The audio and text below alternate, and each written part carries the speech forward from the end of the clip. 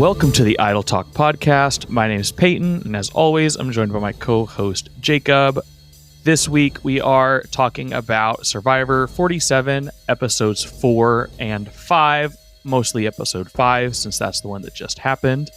If you haven't seen the most recent episode of Survivor 47, this is your spoiler warning. Last week, we were not able to record, so this week we're going to play a little bit of catch-up, talk a little bit about last week's episode. Survivor episode 4 was called Is That Blood in Your Hair? And then we'll dive right into episode 5, which just came out, and give our thoughts on that episode and see where we think Survivor's going to head going into Mergatory next week. All that being said, Jacob, what have you thought about these last 2 weeks? I think the last 2 episodes have been very good and very solid Survivor. I think this has been a very strong pre-merge, and that seems to be universally agreed that this is one of the best pre-merges we've seen in a really long time. And I think in the new era, the pre-merges just tend to be a lot weaker because of how the structure is. Mm-hmm. It's hard to have an entertaining and strong pre-merge with a 3-tribe format. I just think it's hard to do because you end up with lopsided tribes, which leads to not entertaining television and the edit having to predominantly focus on one tribe for half of the season. So for those aspects, I think this season is doing really well. And we were just talking about it off recording that the last, not the episode that came out tonight, but the last week's episode was the highest rated episode of the new era. And it's tied with like the highest rated episode of Winners at War, which is interesting, which a lot of people don't even think Winners at War is a great season. So I was surprised to see that season is even rated as highly as it is. I think it was mostly just because there were so many. It's just because it's all winners. And yeah, it's just because it's all there winners. was something for everyone in that season. So I liked the last 2 episodes a lot. The Genevieve edit was crazy. Just her arc in general, how we went from literally knowing nothing about her to her executing a blindside, which felt odd. I guess they were just letting her sit there until it was her time to shine. I don't know what the editors and production's choice was in literally leaving her out of the first 2 episodes to then have her have such a pivotal moment in the 3rd episode. Yeah, she actually had an episode with 0 confessionals, and that doesn't really happen that often. That you get skunked in an episode where you just straight up don't have a single confessional, and I honestly that was surprising to me. I low-key think that could mean that she goes far because she'll have a heavier edit later on potentially. It could. The one thing to keep in mind as well, and this is something that I learned, was we have yet to see in the new era someone win if they've received an episode, like if they've received in the edit an episode with no confessionals. It has never happened. I don't think she's gonna win. Yeah. I'm just saying she could go. I think so. Her volume has astronomically skyrocketed to the point where she feels like an actual player now and not just someone in the background. She always felt like a Liz type of player this season, where it was like she's just going to kind of be on the back burner there, kind of cooking until it's her time to shine, and then they'll bring her forward. But we weren't really even getting the moments with her that even Liz was getting, like with Liz and Mariah over on the bench. Like, we didn't really get those moments in the first 2 episodes. And Liz took a lot longer for us to see than Genevieve did.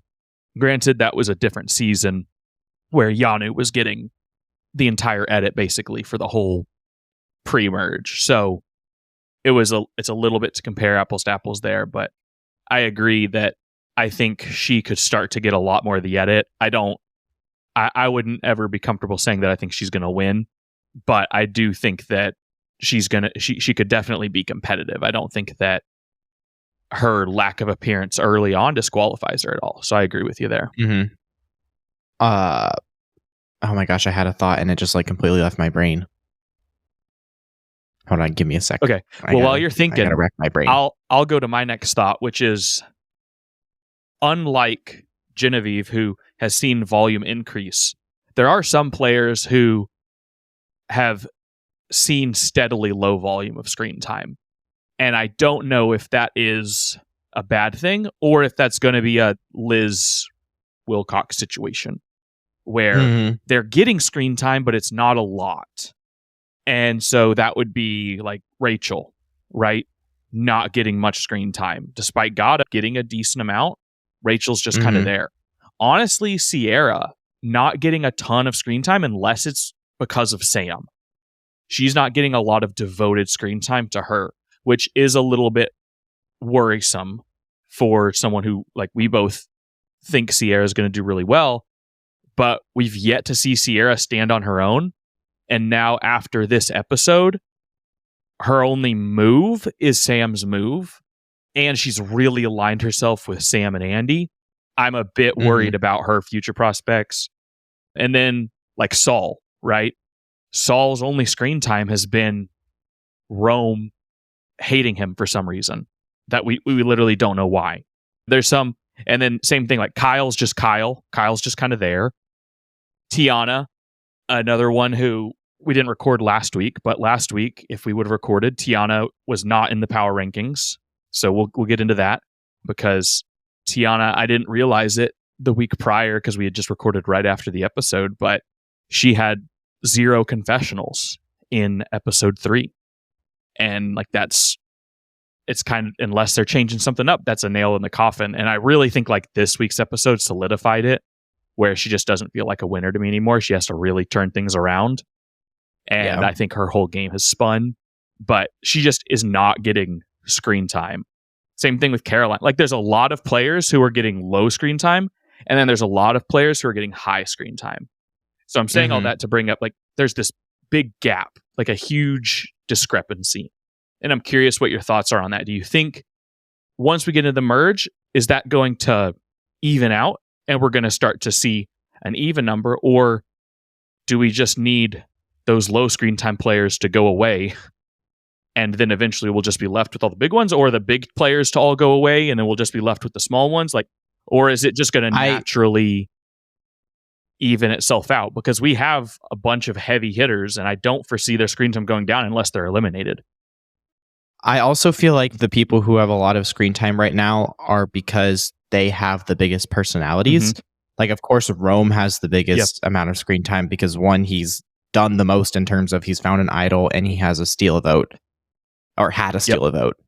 And he is a huge personality, and the production knows that showing him a lot is going to get people talking about Survivor. And ultimately, that's what they want. They want people talking about Survivor, so more people watch Survivor, so they make more money. So obviously, they're going to put the biggest personalities at the forefront. And because it's so early in the game, I think the winner, the quote unquote winner edit that they deny is a thing, is more buried. But then the winner edit more comes to fruition in the merge. So I do think it's going to even out more at the merge, where someone who, like Sierra, I still think she has a really good shot at winning. So even though she's not showed a ton right now, post merge, I think she could come to the forefront. And it's also a kind of a thing that what you do in the merge, like post merge, matters a lot more than what you did in the pre-merge. So this stuff isn't as important in terms of quote unquote building your resume. So that's kind of where my head's at with that situation. Yeah, because only a few people see what you did pre-merge. And so that doesn't really matter unless your tribe is on the jury. That's really where pre-merge matters, is if you're the only person from your tribe in the final 3 and you brought a lot of your tribe into the merge and you didn't burn those bridges. Because it could be a situation where you all came in together and you got them out one by one, and that would not be a great scenario. But yeah, I agree. So unless you remembered what you were thinking about earlier. Oh, it's kind of off topic, but it was more just, it was on the wavelength of that these last couple episodes have been really highly rated, Mhm. but I still don't really feel attached to the cast as a whole, which is interesting because it's been entertaining Survivor, but I'm just not enthralled with the cast like I was last season. Yeah, there really aren't any personalities here that I'm super excited about.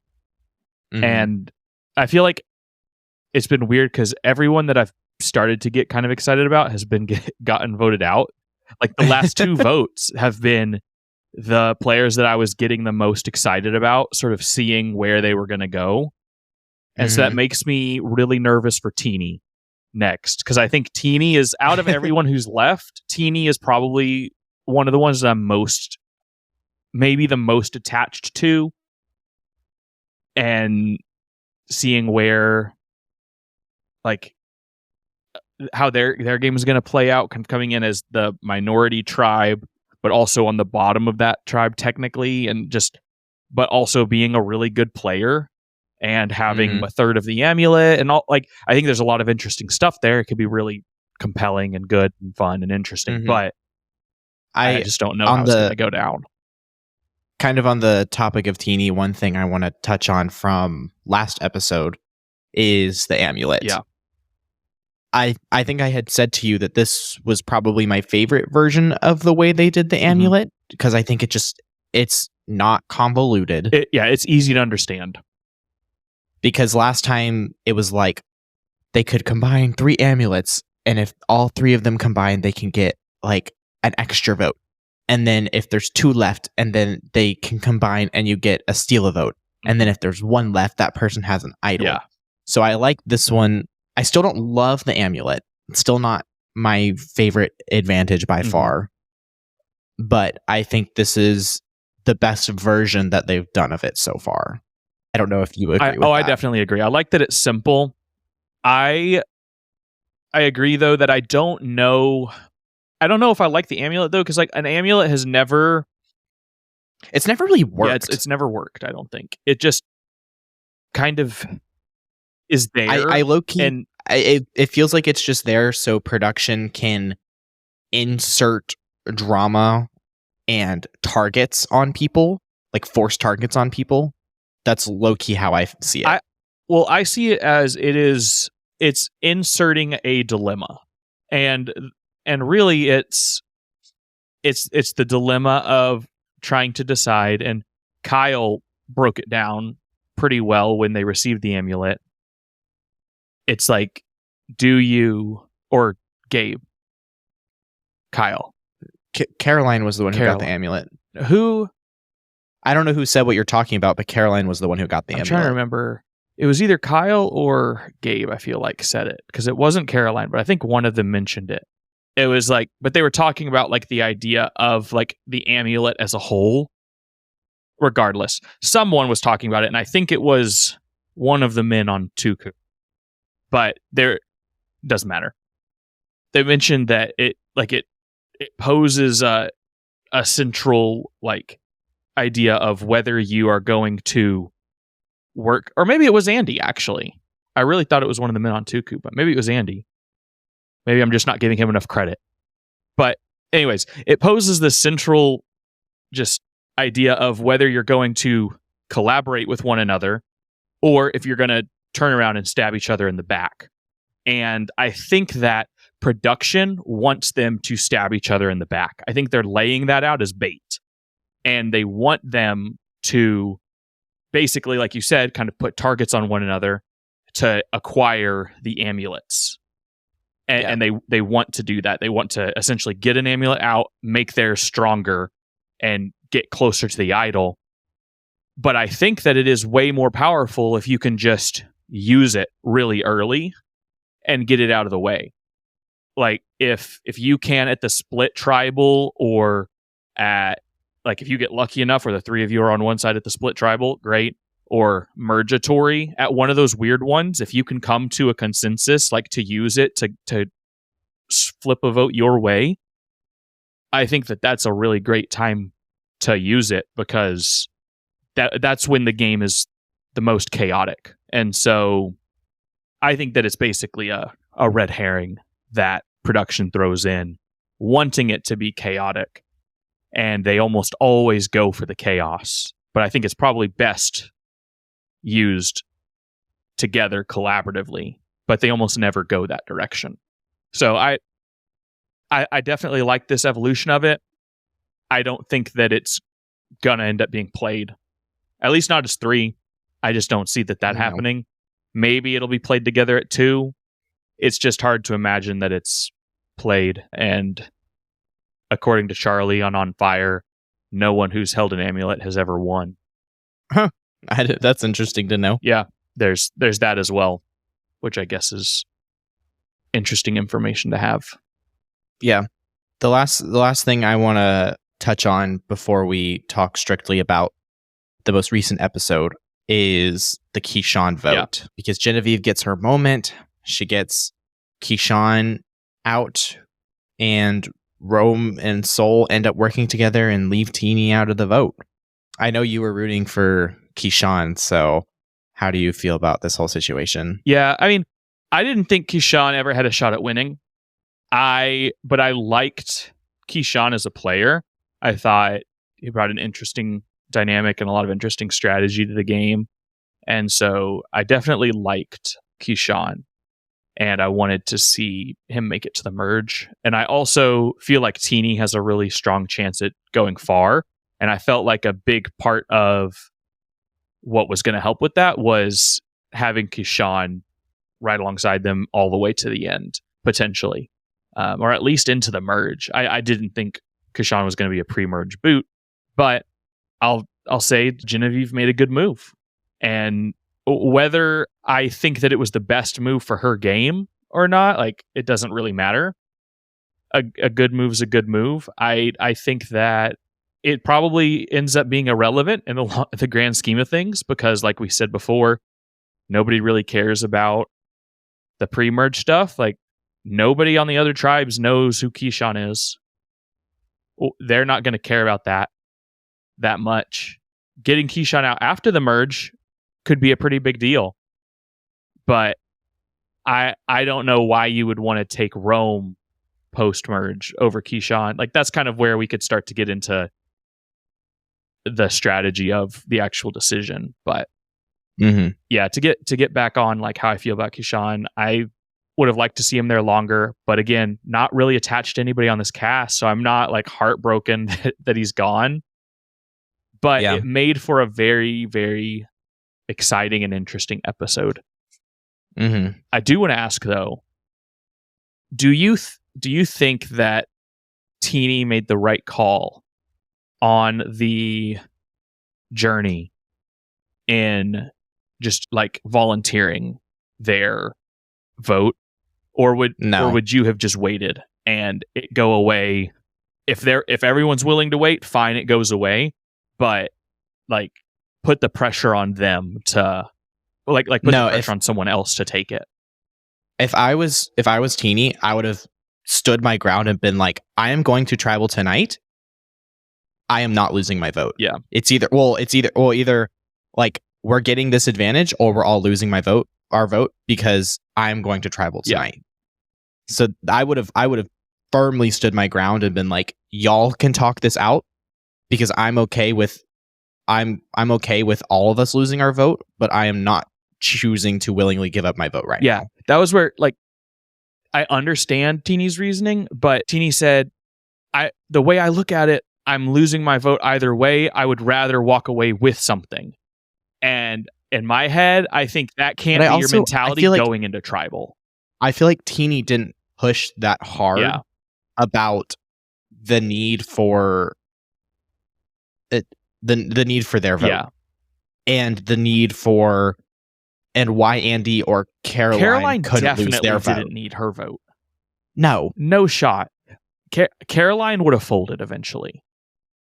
I think Teeny should have pushed harder. I just think at the end of the day, like, Teeny was walking into tribal right after that and got scared and was like, was really hoping it was an advantage that could help out that night because you didn't know what the advantage was.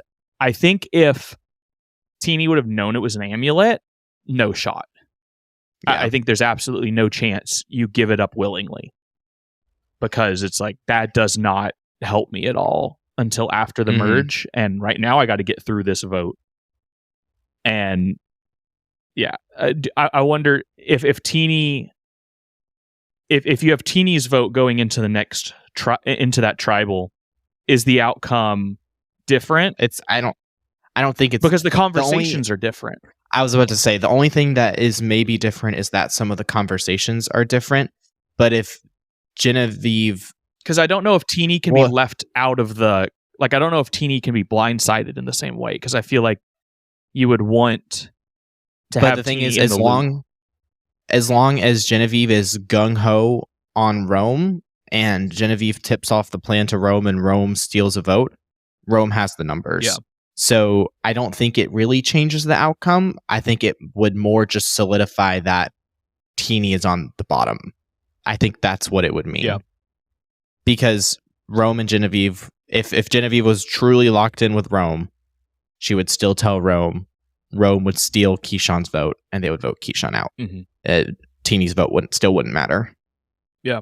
I guess going from there, moving into this week's episode, following the aftermath of the Kishan vote, something that I was really interested to see was like Rome was pissed after the vote and mad at Teeny following the vote, because Teeny and Kishan were voting for Rome.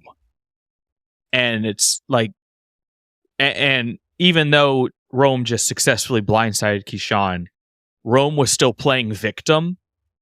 No, I know. It's his ego. Yeah. He probably wanted to make it all the way to the end with never having a vote cast against him, and win with only getting votes for him. Yeah. And so I was just like, that was when the episode started out with Rome sulking and Teeny apologizing after just having their number one voted out of the game. I was like, that's so backwards. Normally you have people going and apologizing, trying to win the person on the bottom, being like, I'm so sorry I voted out your number one. Here's why I did it. Come be our number.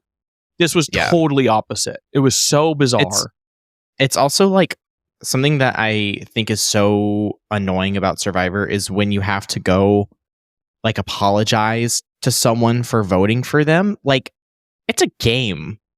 You're gonna get votes on you. I feel like the only time it's like a real apology is if you vote for someone who like you was like your number one ally and they like still managed to stay in the game or something like that. Or if you pull it in and vote Kinsey. Yeah. But it's like, it's so annoying that you have to like go and like grovel and be like, oh, I'm so sorry. Like, it was like, it wasn't personal. Like, it doesn't mean anything. Because in the end, that person's never going to trust you again. Yeah. So it's like, it doesn't matter if you go apologize or not. Yeah, that's where I just think everybody needs thicker skin and to go in with the mentality of it's a game. That's where, like, I don't think if someone casts a vote against Gabe because of Gabe's mentality, I don't think Gabe is going to be like upset and vindictive. And he's not going to believe it if they come and apologize to him. It's like, Gabe's going to be like, yeah, it's a game. You cast a vote against me. Cool, whatever. And so that's where I kind of like respect that part of like Gabe plays it like real and keeps it real. And we'll get to that probably a little bit later, and the way he kind of just absolutely reads Tiyana's BS, like just totally just sees right through it all. And so I just wish more people were like that. And I agree. I think that they're so worried about maintaining the social aspect of the game. And I think they're thinking ahead to the jury as well as probably part of it. They're wanting to maintain those relationships because they're thinking, well, didn't get them this time. Maybe I'll get them next time. And I think people are just there. People are afraid of hurting each other's feelings because like Survivor can be political. Yeah. It's just the nature of the game. And I wish that people would be okay with, you don't have to think about the other person's feeling because it's a game and you're trying to win. Yeah. And it's, well, there's a fine line there too, though, where you don't want to be like insensitive about it either, to the point where like you're callous, and because they are human. And so that is something I would love to go back to, I guess, about last episode before we move on was the way Rome treated Saul. Last episode, Yeah, that was so dumb. Like, it was so frustrating, and that really, I think, was what bothered me in like Genevieve choosing to go with Rome over Kishan, like stay with Rome and vote out Kishan, was Rome doesn't seem to treat anyone in this game like a human. He treats them like pawns. And whenever they don't serve any use to him, he doesn't treat them well. But when they're useful to them, he does. But he only treats them like people when it's convenient. And the way that he was treating Saul was incredibly like dehumanizing, and in general was like just so uncool. Like, not letting him play Survivor, was by far one of the most insane things I've ever seen on Survivor. It's I don't crazy. If I was Soul, I don't know how I would have handled that situation. He handled it better than I would have. Masterclass. Because I really thought he was going to assault the little scrawny kid. I was about to say I would have hit. If I was Soul's stature, I would have hit him. Luckily, he has enough wisdom to know not to do that. And that is like a credit to Saul, because it's crazy how Rome is playing this game all out, and he wants to do everything. He's said he wants to play Survivor to the max. He wants to do everything. He wants to experience all the game. Then he doesn't want someone else to experience the game. And he doesn't, because he doesn't see them as a human. He sees them playing Survivor with Rome. He doesn't see Rome as playing Survivor with other players. And it's that Rome-centered worldview that leads to all this tension and craziness. And it was just like, in that moment, the way he was, really just the whole episode, the way he was treating Saul was absolutely insane. He did end up apologizing for it. It didn't really come across that genuine on screen, but I don't know how genuine it was. I mean, Saul ended up voting with him, so I don't know. And they seem to be on okay-ish terms, even though they're still enemies. But at least they're not at each other's throats in 5. But I did want to kind of bring us back to that, because it made me kind of think of that. Mm-hmm. And just the nature of, like, yes, when you're voting someone, you need to separate emotion in that moment, but you also in Survivor can't just treat people like they're pieces of a game, and you do have to recognize that they're people. Yeah, and I think we really saw tonight that Anika's a person, and I think that, like, Sam not being willing to look her in the eyes after orchestrating a blindside to get her out was kind of insane. Like, not being willing to look at, like he just was looking forward the whole time. He raised his hand, and that was it. Just he wouldn't meet her gaze. Like, you're not going to own that. Like, that's insane to me. Like, give her the respect. Like, you made a good move, own it. Give her some decency and respect, and just, like, look her in the eye as she's leaving. Like, this is a big moment. She's human too. So I think there's a balance in Survivor, and it's a hard line to walk, I think. And most people do an okay job. But Rome's been having a really tough time walking that line. I don't think he's even tried. No. Well, I think we should go ahead and jump to what was the I'm trying to think of the word. Like, the big thing for this that they promoted for this episode. Yeah, the cliffhanger of the last week's episode, which was the new twist, which I was underwhelmed. Yeah. I think so. We can recap what the twist was, but essentially the twist was they got split into 2 teams.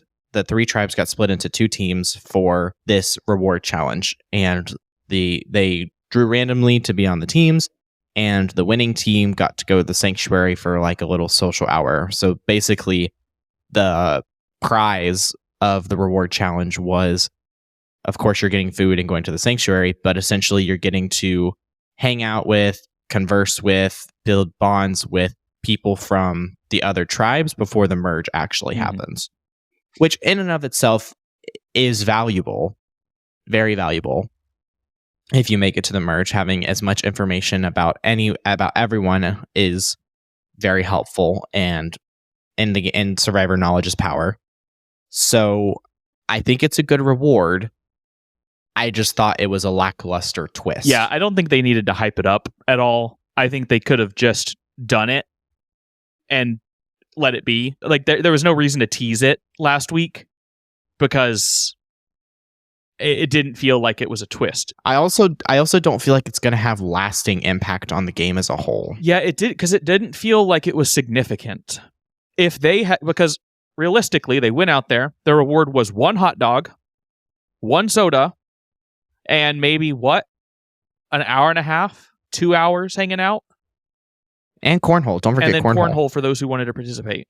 And then kind of halvesies sharing stuff. But nobody really wants to share that much stuff because they don't know when the merge is coming.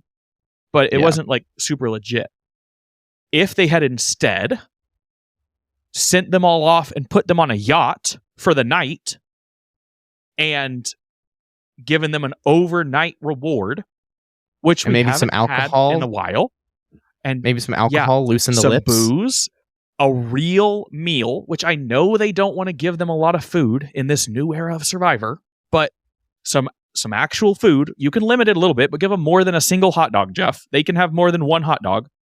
Like, give them hot dogs and fixins and whatever. Just give them food, give them booze, and then let stuff happen. Because you give them a whole night on a yacht, you're going to, that's going to piss off the people who aren't there.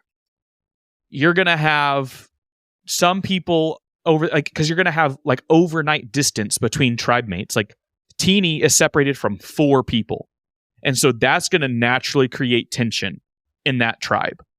And then you have, Sierra and Rachel were away. Were left. And so them spending an overnight, just the 2 of them, having to survive one night together without the other 3, that would create a really unique bond there that totally could have swayed and impacted this next vote. I think that there's ways to make these rewards more impactful in the game without changing the reward significantly. But instead, it just feels kind of like a copy paste of what we always get. They just shake it up a little. Yeah. And so I understand they have production schedules to meet, but we can't get an overnight stay there. We can't bring a yacht out. We can't, or even an overnight stay at the sanctuary. They've done that before. Like, I don't care if it's not on a yacht. The yacht would be cool. Bring that back. It's like old Survivor, but do something else. I'm honestly so over the sanctuary. It's getting so tired and old. Hey, they didn't get to go in the sanctuary this time. It was a social hour. No, they were outside of it in the sun. So it wasn't even like fun.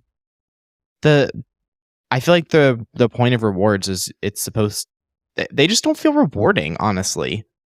Like it's always just food. But barely at food. least when it's like because like they obviously get the fishing gear and they got chickens the past episode, which was interesting and cool to bring that back, but they just don't feel that rewarding, really. So I know we've talked about this before, that it's an issue that we have, that we would like to see more diverse rewards other than just food and going to the sanctuary, whatever. But I hope that something changes. Probably won't, but I'm going to keep saying something until it does. Yeah, I think before we move off of the little twist, though, we had conversations throughout the week on what the twist could have been. And I think it could still be fun to briefly mention what better twists would have been. So the first thing that I threw out there is like, oh, this would be a great twist, would be if it was a journey, but it was an overnight journey That was one thing that we had discussed at one point, was doing journeys, but it's just they take the 3 people off, but they stay overnight instead of just being a regular old journey. The twist is that they're gone for a whole night. Like, that could be an interesting way to change the game a little bit. And what I thought they were going to do this episode, when they walk up and there's 2 colors, we both thought that they were finally doing what we've been begging for years now. Going from 3 to 2, 2 to 1. Yeah. And it felt like it was coming a little bit too late, but we were like, hey, maybe they'll do it for 2 episodes and they'll skip like the split tribal or mergatory. They'll skip one of those 2 and we'll be okay. Or maybe they'll skip both of those 2 and we'll just go straight into merge. It'd be epic. And we were like, the other thing that could make that cool is like, all right, you've got the 2 tribes. It's clearly yellow and blue. Those are the 2 tribes that have the most. What, like, something that could be cool is, instead of a random rock draw for 2 tribes, let them draft from Lavo, or let Lavo pick rocks, or something. Like, that could be interesting. I don't know how that would actually work from like a voting block dynamic. I think that would be probably not super great, but at least it's fun. But regardless, it would have been exciting to see them go to 2 tribes. And I just feel like they teased us with the idea of 2 tribes and then didn't give it there. Like, it seemed like they almost wanted us to think they were going down to 2 tribes, the way they framed that whole walking in sequence and then leaving the cliffhanger and the Lavo going, there's no red. And then they didn't give it to us. And it's like, why even do that? Yeah. After hyping it up last week, that just feels cruel. It's cruel and unusual punishment, and I'm not a fan of it. The next thing that I would love to talk about is Gata bringing their chickens to the immunity challenge, because I thought that was a pretty fun moment. Yeah. So their chickens aren't producing eggs, at least not rapidly enough for their liking. They said that they had made 3 eggs in the couple of days they had them, 2 of which broke. Yeah, due to the chickens. Like, the chickens broke them. So they've only had 1 edible egg. Yes. So they bring the chickens back to the challenge, and they're like, hey, Jeff, we want to negotiate. We'll give you back the chickens if you give us actual eggs. And I am shocked that they got 14. They got 18. Or 18. Yeah. Sorry, 18. I am shocked they got 18. I wrote that. I thought for sure they were going to get like, I thought for sure they were going to get like 10 at the most. I thought I was leaning like maybe 8. I was like the most Jeff will give them is probably a dozen. I was like, I think Jeff, I could see him settling at a dozen, but I expected when they said 24, I thought Jeff was going to thought Jeff was going to come back with 6, what he gave the other tribe. Because he was, or he was going to be like, well, they've already given you 3, so we take a dozen minus those 3. How about 9 or something? Like, I thought he was going to go way low. Yeah, and then he came back with, what did he come back with? 16, and then they countered with 20, and then they settled at 18. He came back with 15, and then they did 20, and then 18. Yeah, because he did 5 eggs a chicken, and then that's crazy. So I feel like they got a really good deal. It sucks they can't eat them unless they're just doing raw egg shots, but which honestly wouldn't be that bad for you out there in terms of like just needing protein and sustenance. Just do it. I mean, if you can get it down, I feel like it's not that hard. I've done raw egg shots. I don't think I can get it down. If you haven't eaten anything, it's not a taste thing; it's a texture thing. Yeah, it's just like thick water. Yeah, that's nasty. You could mix it up, mix the yolk in, and then you don't even have to worry about the yolk. Then it just makes it one smooth consistency. Like it's slimy though. Yeah, you just do it in it, but it all sticks together. So it's just like one swig and it's gone. Yeah, it's like a giant glob of snot. Well, don't think about it as snot. Think about it like it's kind of like a oyster. One really I don't like big oyster. I think oysters are gross. Oh, well, think of it like a good oyster. Okay. But yeah, I was very surprised with the deal that they got, and maybe they'll be able to cook those eggs eventually. Well, I guess they're merging, so they'll be able to cook them no matter what. I know, but are they going to have to share them? I doubt they're going to share them. But I think it's one of the more fun things about the new era is how much banter the tribes have started to have with Jeff. And that really ramped up last season with all the stuff that happened. So I really enjoy that aspect of the new era is the interactions that the tribes have with Jeff. Yeah, I wish they would have just eaten the chickens. I do too. I feel like you're going to get more if you eat 3 chickens, that's more protein than 18 eggs. But Sierra can't do it, so they're not going to do it, but yeah. I think they should have just eaten the chickens. But regardless of all that, I think there were a few other things I wrote down from this episode that I thought was pretty interesting. In terms of like immediately following the visit to the sanctuary, there was some fallout at each of the tribes when they return. At Lavo, Rome is pissed at Teeny that Teeny didn't get more information, which I thought was really funny. That Rome was just like upset that Teeny didn't acquire more info.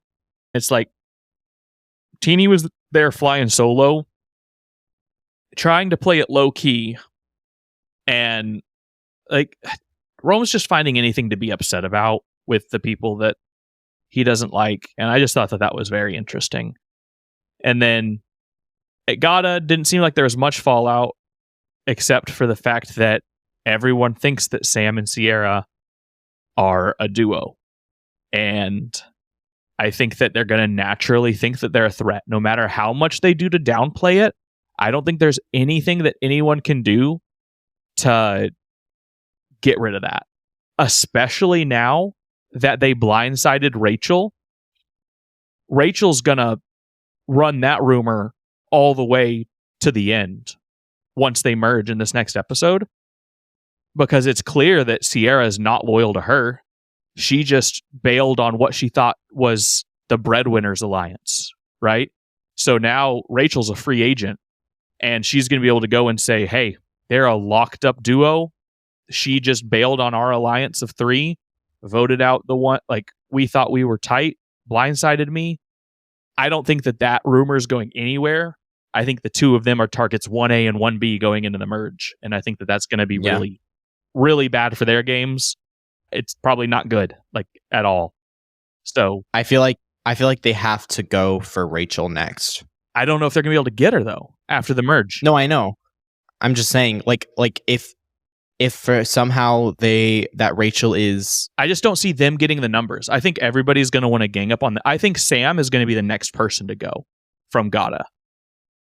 Like I think that's very likely. I just don't see a way that Sam doesn't go next. I think if they would have kept Anika in and voted out Andy, I think Sam and Sierra could have still run as a low-key duo because Rachel and Anika could have gone to bat for them and said, no, they're not a duo, because they would have tried to play as like a unified group, knowing that the 3 girls were like more unified in a sense.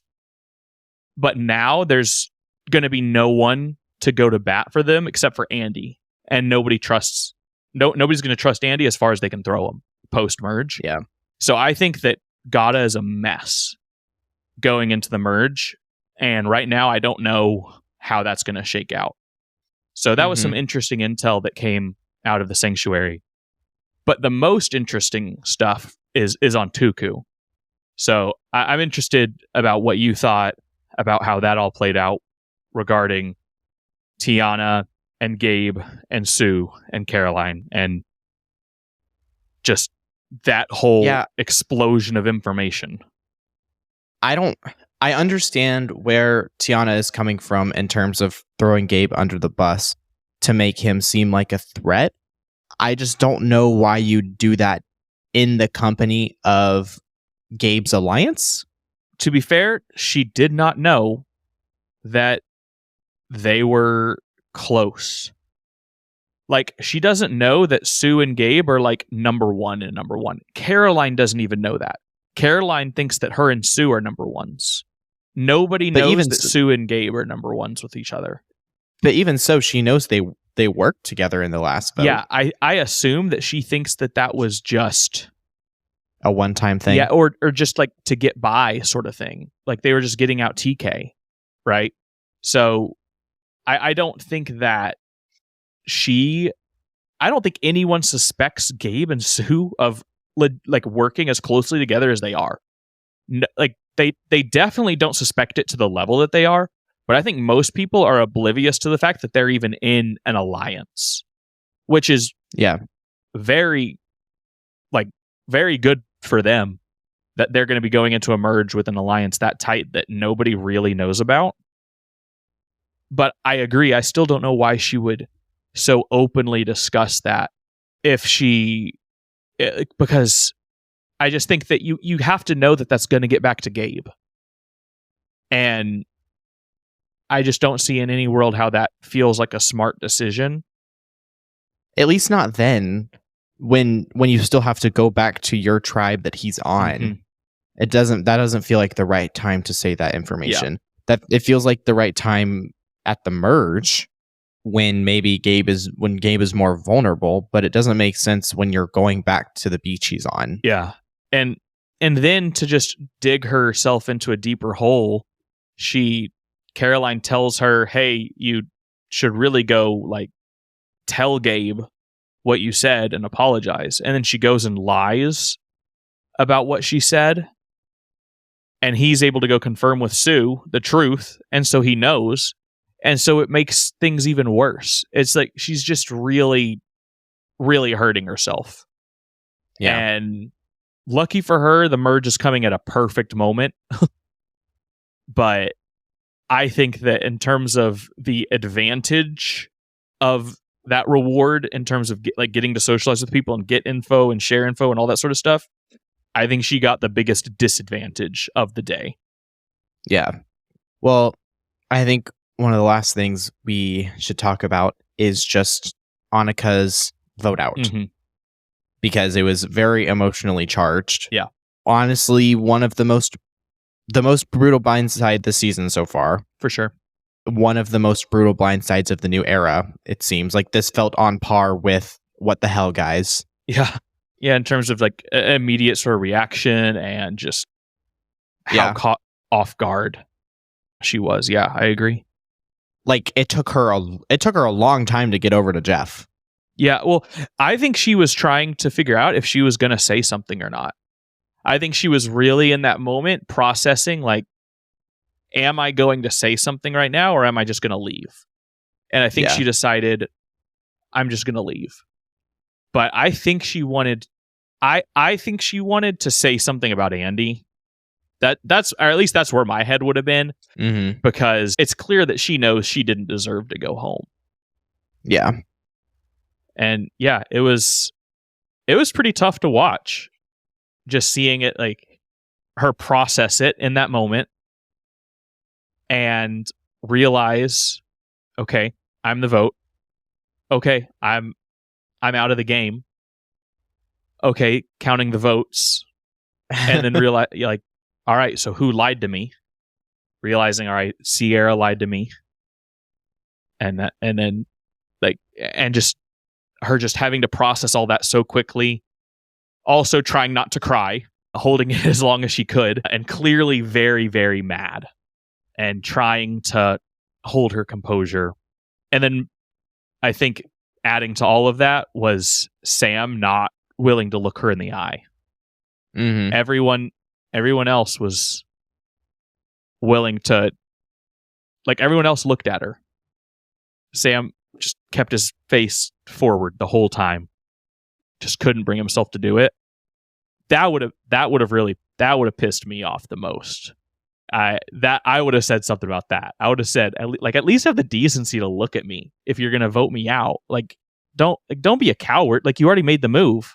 I'm leaving right now. Like, look at me. Say goodbye. I'm getting my torch snuffed. Like, fair game.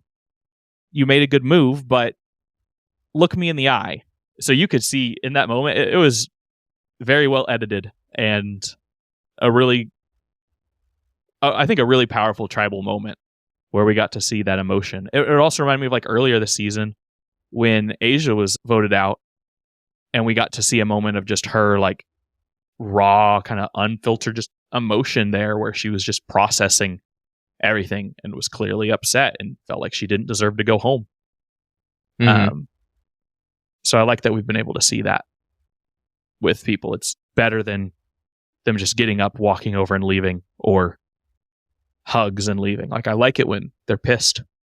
Yeah. Because they care. It's also, I think, what adds to the layer of hurt probably from Anika is that she didn't really have much of a say in her going home. Yeah, she didn't have a vote. Because she lost her vote. Against her will. Yeah. And then that's something that we've talked about many times. And something we're going to keep talking about many times. Yeah. It's not fun when you are forced to lose your vote. Or you're forced to play a game where you could lose your vote. It's fun when you get to choose to play a game to lose your vote. Yeah. That's what's dangerous fun. Jeff keeps reiterating that the whole idea of the new era is dangerous fun. He says that over and over and over again. But it's not dangerous fun if you're forced to play. What makes something dangerous is the risk factor. If there's no risk, there's no danger. You just have to do it. Or well, I think the risk is still there. It just kind of takes out the fun, because it's like now it's not fun to play because you're almost guaranteed to fail. Unless you happen to win, then it's like, oh, whew, that's fun. But even then, it's like the odds of you actually succeeding in that moment were so slim. You had a 1 in 3 chance of making it out of that with your vote. And yeah, so I think that definitely added to it, where she's in this position, powerless to do anything about it, voted out for what feels like not a real reason. Sam just didn't like her. It didn't feel like it was a strategic play. There could have been strategic undercurrents that weren't really iterated, but the only things that were really given in this episode was just he's been wanting to get Anika out. And the only things we've seen is that there's like some growing tension at camp between the two of them, that they just kind of have personalities that are in opposition of one another. Like they butt heads, but we've seen people butt heads and be fine before. That's not necessarily a reason to vote someone out when you're playing Survivor and you're thinking about your path to the end, especially when they're this close to the merge and he chooses Andy over her. And so I think that the fact that Andy got to stay and she didn't have a say in anything, that I think that all like absolutely compounded the hurt and added to the Blindside, where it was like you're walking away from your dream and you didn't get to do anything about it. And now this guy who you feel like you deserve to be there more than is still playing. Yeah. So it was a tough way to end the episode. It was very sad when she immediately leaves the screen and starts crying through her like last confessional was tough. I thought she was going to say something about I thought she was going to say something to Jeff maybe about losing her vote. Like I would have 100% said something to Jeff. Like I would have said that when I got up there and like couldn't vote.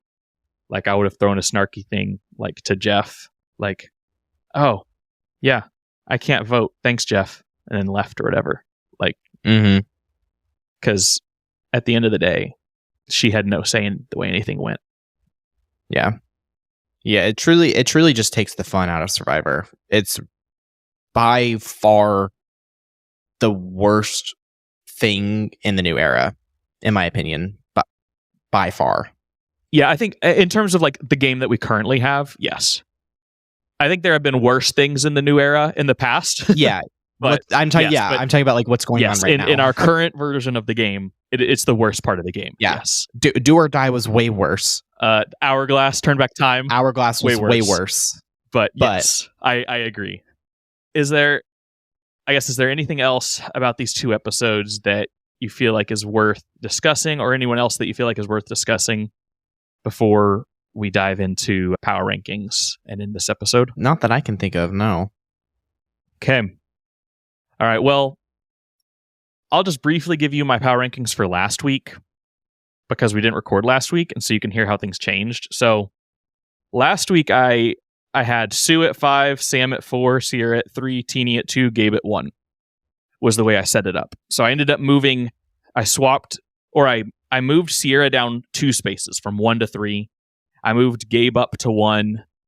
I dropped Sue down to 5 from 3. Tiyana fell out of my 5 completely. Sam moved up in, and Teeny moved from 5, where I pulled Teeny in, up to 2, because I was like, all right, after like last week's episode, even after the way everything went down, I was like, I still felt like Teeny had a lot of running room to, I think, play long term in the game, and they're getting so much of the edit that it feels like they're just sitting right in the middle in terms of they're not one of the top personalities, but they're not one of the bottom. So it feels like a really good winner's edit. That was the way that I lined it all up last week. This week, I made this before we discussed. Might have to rethink it, but okay. I'm going to go with it now. Again, I'm not attached to anyone, but for now I have at 5, I have Sam, but I really think Sam's going to be an early vote out after the merge. But I still think Sam is strong as things stand. But I have a hard time imagining he makes it super, super far. I think his threat level is going to be insanely high. I have Sue at 4. I have Teeny at 3. I have Sierra back up to 2. And then I have Gabe at 1. I think Gabe right now feels like the favorite to win, just as I'm watching. No, I know. I was thinking that this episode, I was like, Gabe is looking really strong. Because Gabe isn't dominating the edit, but Gabe is being featured pretty positively in everything. He's been in on the votes when he's had to vote. He's getting the intel. He's got a really strong alliance. I think Gabe is in a phenomenal position. And I think his alliance is goats. They're just going to do what he wants to do, really. I could see that backfiring if he makes it to the end with Sue. That's kind of why I still have Sue in this 5. I have her at 4, because I mean she does have an idol as well. So that is power to Sue, and it's a full-fledged idol. But that is also an idol for Gabe, the way I look at it. I think it's an idol for the both of them, because I don't see any. I think Sue is just so insanely loyal to Gabe. I think they are such a tight duo. And the thing is nobody knows about them compared to the Sierra and Sam duo, which is where I feel like they're very strong. I think Gabe feels stronger because I think he's going to be able to do better in individual immunities, but also maybe not seem like the biggest individual immunity threat out there. Saul seems like a bigger threat. Andy seems like a bigger threat. Sam seems like a bigger threat. Huh? Andy's kind of sucks. Andy's not good at challenges. He sucks at specific things, but I think also Rome is pretty good at challenges. Not the puzzles, but the physical ones. He'll do pretty good at some endurance ones. Sierra, I think, will do pretty good. Like, in general, I think Gabe is going to do well, but not be like first one that needs to go, is basically what I'm saying. Like, I don't think people are going to be like, he's got to go. So I do think Gabe is in a pretty good position, which is where I've had him at 1, which is not where we expected him to be at the start of the season. Yeah. And after that, I'm not like super attached to position, but Sierra, Teeny, Sue, Sam, I think is like just kind of the next few people that are in the mix. And that order, I think, is kind of up for personal preference or interpretation, maybe, but I think that they're kind of the next strongest ones. Then maybe honorable mentions would include Rachel, Andy, Genevieve as like contenders to make it to the final 3, but don't feel like winners, but could maybe make a run. Andy, just because of the amount of edit he's getting, but I just don't see him really being competitive, but he's getting a lot of the edit. Is there anyone that you feel like is missing from that, or anyone that you feel like is glaringly misplaced? I don't know if I'd have Teeny that high. At 3? Just, I think Teeny's position could go either way. I think Teeny's the strongest on Lavo by a lot. I don't think there's anyone on Lavo that's stronger than Teeny. And Teeny was the only one to build relationships with people pre-merge. I think it depends on how things shape up in the merge and where Teeny falls post-merge. That's always how things go. Like, we're going to have to see how Mergatory and Split Tribe will go, because those inevitably change everything. And someone usually goes home who you don't expect would have been a good person. Yeah, like I expect in the next 2 episodes, I expect Sam to go home in one of those 2. If Sam makes it through those 2, he immediately jumps into my top 3. Because I just don't see him really making it through those 2. I think it's a lot has to go his way to make it through those 2. And then I think there's a pretty good chance Rome could go home, because I think people are going to get really fed up of Rome once everybody's together. I think we might see Rome, but then it could also be a Q thing. Who knows? And then you never know. Who's going to be the Mariah of this bunch that people think is like a big brain threat for no reason. And like that could be like, it could be Caroline or something, where it's like, I didn't see the threat level on Caroline, but everybody feels like Caroline's a threat and they went after Caroline. So that's kind of the way these things go. So it's going to be really interesting to see which way the votes turn.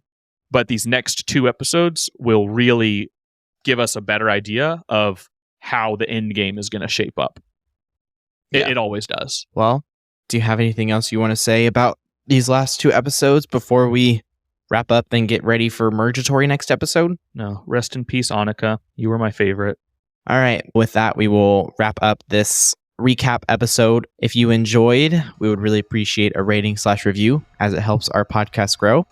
And you can check us out on social media at Idle Talk Podcast on Instagram, Twitter /X, and TikTok. And you can listen to us wherever you get your podcasts. So thank you so much for listening, and we'll catch you on the next one.